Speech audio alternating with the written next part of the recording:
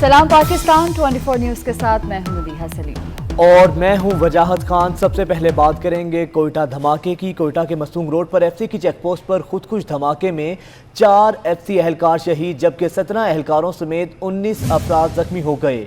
हमला आवर का सर और दीगर जिस्मानी आज़ा कब्जे में ले लिए गए। वज़ीर-ए-आज़म इमरान खान ने ट्वीट में कलअदम तहरीक तालिबान पाकिस्तान के हमले की मजम्मत करते हुए शोहदा के अहले खाना से इजहार ताज़ियत किया है। मुमकिन है दुनिया में नया ब्लॉग बनने जा रहा हो। भारतीय मीडिया DGISI के दौरा अफगानिस्तान पर वावेला कर रहा है। अफगानिस्तान से वापस जाते हुए भारत के लोगों के चेहरे लटके हुए थे। विफाकी वज़ीर दाखिला शेख रशीद अहमद कहते हैं भारत को बड़ी शिकस्त हुई, ये खित्ता बदलने जा रहा है, कोई भी अफगान मुहाजिर पाकिस्तान नहीं आया। ये खित्ता अहम होने जा रहा है। दुनिया की सियासत में मुमकिन है कि एक नया ब्लॉक बनने जा रहा हो। हमारी ये कमिटमेंट है कि यहाँ से उनके खिलाफ सरजमीन इस्तेमाल नहीं होगी, तो उनकी भी ये कमिटमेंट है। जनरल फैज अगर काबुल गए हैं तो he is a smart man. India को क्या तकलीफ है, सुबह से लेके शाम तक वो जनरल फैज पे तबसरा कर रहे हैं। भाई क्या अमेरिकन नहीं गए वहाँ पे, यूके के लोग नहीं गए? पाकिस्तान की अजीम तरीन एजेंसी का अगर चीफ वहाँ फैज गया तो इसमें अच्छाई की बात है। एक भी पनाहगज़ीन नहीं है यहाँ पे, एक भी रिफ्यूजी नहीं है। वो शक्लें बताएं कि वो NDS और रॉ के जिस तरह चेहरे लटके हुए जा रहे थे कि जो कुछ उन्होंने सोचा था पाकिस्तान तो क़यामत तक कायम है, उनको जिल्लत और रुसवाई उठानी पड़ी है। सुकून है, कोई महाजर कैंप नहीं है। विफाकी वज़ीर इत्तलात और नशरियात फवाद चौधरी कहते हैं अपोजिशन चूं चूं का मुरब्बा बन गई, PDM टूट चुकी है, नून लीग में अपनी लड़ाई जारी है और क़यादत के लिए टॉस हो रहा है। कहते हैं कि भारत का अफगानिस्तान में कोई किरदार नहीं। अफगानिस्तान में तमाम ग्रुप्स की नुमाइंदा हुकूमत से इस्तेहकाम आएगा। अफगानिस्तान को अलग छोड़ने से अदम इस्तेहकाम पैदा होगा। भारत को अफगानिस्तान में तवज्जो की क्या ज़रूरत?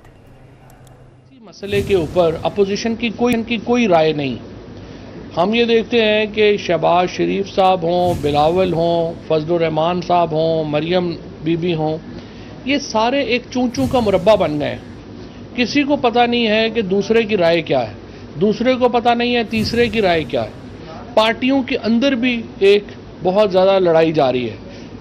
PMLN में तो टॉस हो रहा है कि इस हफ्ते शहबाज शरीफ साहब क़यादत करेंगे, अगले हफ्ते मरियम करेंगी।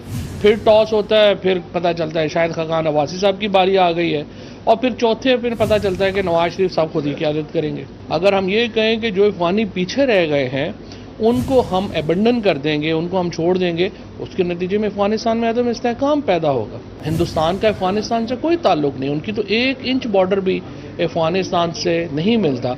लेकिन आजकल जो है, जब मैं इंडियन मीडिया को अगर मॉनिटर करें तो यूँ लगता है कि अफगानी जो है वो हिंदुस्तान का सबसे बड़ा मसला है। बात करेंगे DGISI लेफ्टिनेंट जनरल फैज़ हमीद के दौरा काबुल के हवाले से। तो अफगान मीडिया के मुताबिक लेफ्टिनेंट जनरल फैज़ हमीद ने तालिबान और सरबराह हिज़्ब इस्लामी गुलबदीन हिकमत यार से मुलाकातें की। अफगानिस्तान की मौजूदा सूरत हाल पर तबादला ख्याल किया गया। अफगानिस्तान में जामे हुकूमत के क़याम से मुतल्लिक मसाइल भी ज़ेर गौर आए। आपको बताएं कि DGISI लेफ्टिनेंट जनरल फैज़ हमीद का दौरा काबुल है। अफगान मीडिया के मुताबिक लेफ्टिनेंट जनरल फैज़ हमीद ने तालिबान और सरबराह हिज़्ब इस्लामी गुलबदीन हिकमत यार से मुलाकातें की हैं। अफगानिस्तान की मौजूदा सूरत हाल पर तबादला ख्याल हुआ। अफगानिस्तान में जामे हुकूमत के क़याम से मुतल्लिक मसाइल भी ज़ेर गौर आए। आपको बताएं कि मुल्तान में chairman Peoples Party Bilawal Bhutto Zardari की एडिटर्स और कॉलम निगारों से मुलाकात हुई। बिलावल भुट्टो ने कहा कि हमने वज़ीर आज़म को एतमाद का वोट लेने पर मजबूर किया। हमारे दोस्त हमें धोखा ना देते तो हुकूमत को घर भेज चुके होते। सराइकी सूबे पर फरतुल्ला बाबर कमीशन की रिपोर्ट पर अमल करूंगा। इस हवाले से मज़ीद तफसीलात जानेंगे एडिटर रोही अमजद बुखारी से। अमजद बुखारी, बताइएगा इस मुलाकात का मज़ीद अहवाल।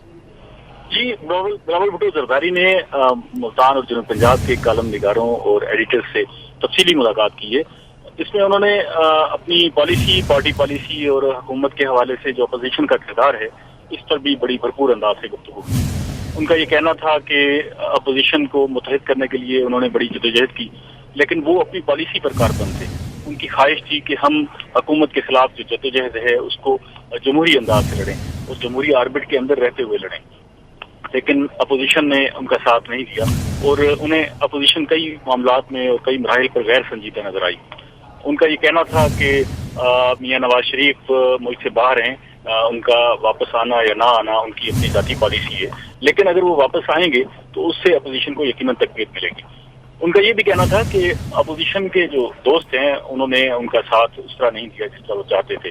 ہم نے جب یہ دیکھا کہ ان کے پاس غیر سنجیدگی ہے اور میاں شہباز شریف جو اپوزیشن لیڈر ہیں ان کے پاس ایک بیان دینے کی، آزادانہ بیان دینے کی سکت بھی نہیں، تو ہم نے اپنی پالیسی الگ سے ڈیزائن کی اور ہم اپنی اپوزیشن کے کردار کو الگ سے نبھانے لگے ہیں.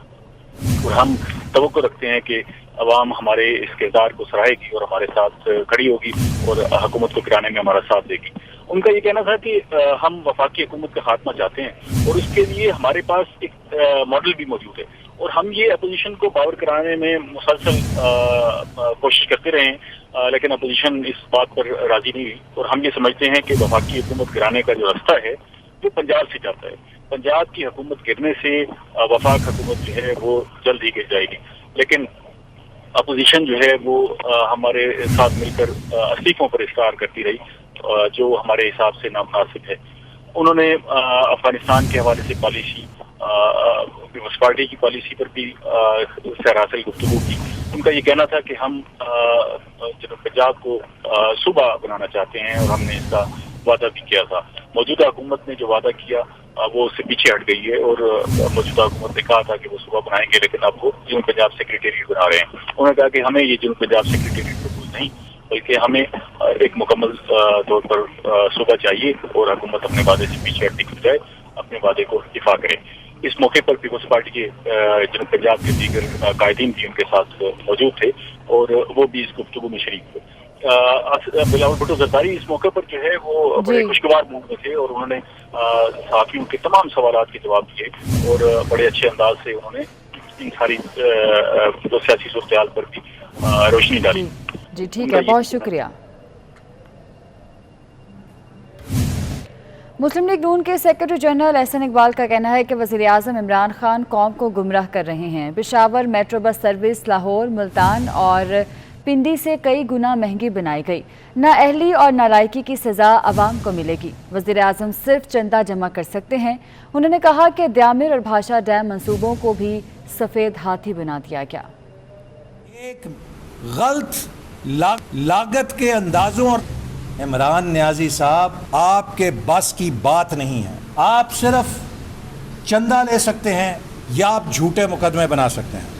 آپ کی نااہلی کے خساروں کی قیمت 22 کروڑ عوام دیں گے. آج تک انہوں نے 29 ارب روپیہ خرچ کیا دیامیر بھاشا ڈیم پہ، وہ بھی ایک غلط لاگت کے اندازوں اور تخمینوں کے ساتھ ایک سفید ہاتھی منصوبہ بناتے ہوئے یہ اس کے موجد بن گئے ہیں. مسلم لیگ نون 104 ارب میں 3 میٹرو بس کے منصوبے بنائے اور ان کی حکومت 106 ارب میں صرف 1 میٹرو بس کا منصوبہ بنائے. اس کو لطیفہ کہا جا سکتا تو اور کیا کہا جائے. کچھ بات کریں گے شہر قائد کی. تو شہر قائد میں بارش تو رک گئی مگر ملیر ندی اوور فلو ہونے سے کورنگی اور کوز وے کی سڑکیں زیر آب آ گئیں. دونوں کو ٹریفک کے لیے بند کر دیا گیا ہے. سعود بن مرتضیٰ کی رپورٹ.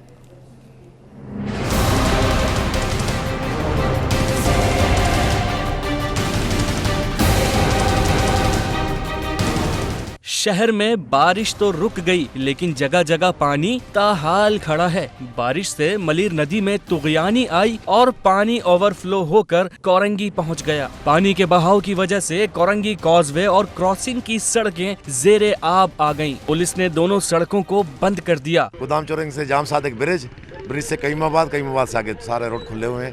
یہ ہمارا جو EBM کاز وے ہے یہ بند کیا ہوا ہے. یہ تقریباً 1 سے 2 دن پانی رہتا ہے. یہ 1 سے 2 دن پانی رہتا ہے اور جیسے یہ ختم ہو جائے گا اس طرح ڈائیورشن کھول دیں گے. عوام کا کہنا ہے کہ یہ مسئلہ ہر سال ہوتا ہے لیکن اب تک ایسے اقدامات نہیں کیے گئے کہ اس سے چھٹکارا مل سکے. سر ہر سال یہی ہوتا ہے. یہاں پہ کوئی عملی اقدامات کی ضرورت ہے کیونکہ یہ مین شارع ہے पूरे इंडस्ट्रियल एरिया का, शहर का। ट्रैफिक पुलिस हुकाम के मुताबिक पानी का बहाव कम होने में 1 से 2 रोज लग सकते हैं। तब तक ट्रैफिक को जाम सादिक पुल दीगर मुतबादिल रास्तों पर भेजा जाएगा ताकि माली और जानी नुकसान से बचा जा सके। छुट्टी के रोज कराची वालों ने साहिल का रुख कर लिया। 2 रोज की बारिश से दर्जा हरारत में भी कमी आई है। रबिया खान की रिपोर्ट देखें।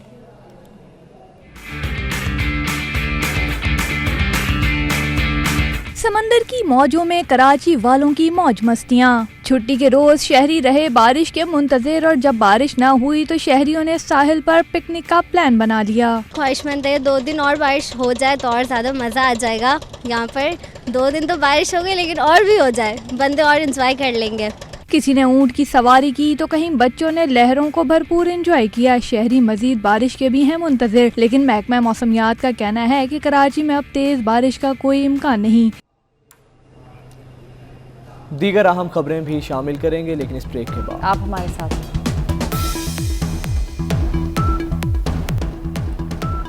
ब्रेक के बाद आपको बताएं, कराची के साहिल पर फंसे जहाज को निकालने का ऑपरेशन 7 सितंबर से एक बार फिर शुरू किया जाएगा। डीजी पोर्ट एंड शिपिंग ने चौथे ऑपरेशन के लिए सीमैक्स कंपनी को इजाज़त दे दी। Rescue company Seamax marine services और chief nautical surveyor captain Qasim Saeed ने आखिरी ऑपरेशन का प्लान बना लिया है। राना याज हमारे साथ मौजूद हैं, उनसे मजीद तफसीलात जानेंगे। राना याज, बताइएगा, ऑपरेशन दोबारा से शुरू किया जाएगा, क्या तफसीलात हैं?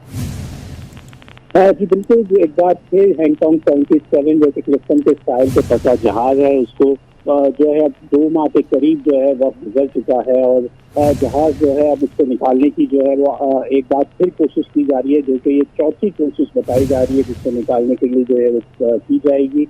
इसके लिए खास तौर से दुबई से जो है वो रस्ते भी मंगवा लिए गए हैं। बार्ज जो है वो आज समंदर के जो है वो जहाज के करीब लाके खड़ी कर दी गई है। बताया जा रहा है कि वो 800 मीटर दूर जो है इस वक्त बार्ज को पहुंचा दिया गया है और कल इसके जहाज के और बार्ज के दरमियान जो है वो रास्ता बांधने का काम जो है वो पूरा दिन किया जाएगा। और 7 तारीख बताई जा रही है जो मतलूबा टाइड है, यानी कि जो समुद्री जो लहरें हैं वो 7 तारीख को इस माफिक होंगी कि इस जहाज को दोबारा से रीफ्लोट कराया जा सके, जबकि जो MND है उनकी जानिब से भी जो है वो सीमैक्स कंपनी को जो इजाज़त दे दी गई है कि वो इस जहाज को एक बार फिर रीफ्लोट करके कराची के जो साहिल जो है वहाँ से हटा के इसको। जी ठीक है, बहुत शुक्रिया। बुलेटिन में खुशामदीद। और अब आपको बताएं कि वफाकी वज़ीर दाखिला शेख रशीद अहमद कहते हैं वज़ीर आला बनने की सोच है ना ही ख्वाहिश, बस वजारत की हद तक काम कर सकता हूँ। 24 न्यूज़ के नुमाइंदे सईद अहमद सईद से खुसूसी गुफ्तगू करते हुए वज़ीर दाखिला शेख रशीद अहमद ने उस्मान बुस्तार को पाकिस्तान का सबसे समझदार सियासतदान करार दिया। मजीद कहा कि काबुल से गैर मुल्कियों का इनखला हमारा काम नहीं, तालिबान जाने और काबुल जाने। हुकूमत बनाना तालिबान का काम, पाकिस्तान का अफगानिस्तान की सियासत से कोई ताल्लुक नहीं। वज़ीर आज़म इमरान खान ने फैसला करना है कि तालिबान हुकूमत को कब तस्लीम करना है। शेख रशीद अहमद का मजीद क्या कहना है, आइए देखते हैं।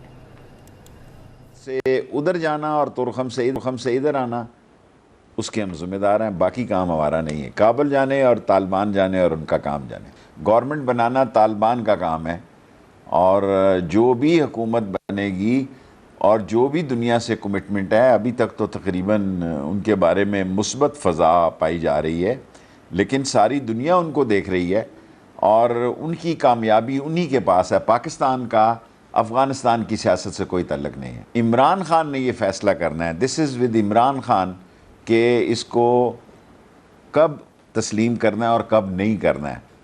वजारत की हद तक ही मैं कर सकता हूँ, इससे निकलना ना मेरी सोच है और ना मैं ऐसी ख्वाहिश रखता हूँ। बुज़दार सियासतदान है, सबसे ज़्यादा समझदार सियासतदान है।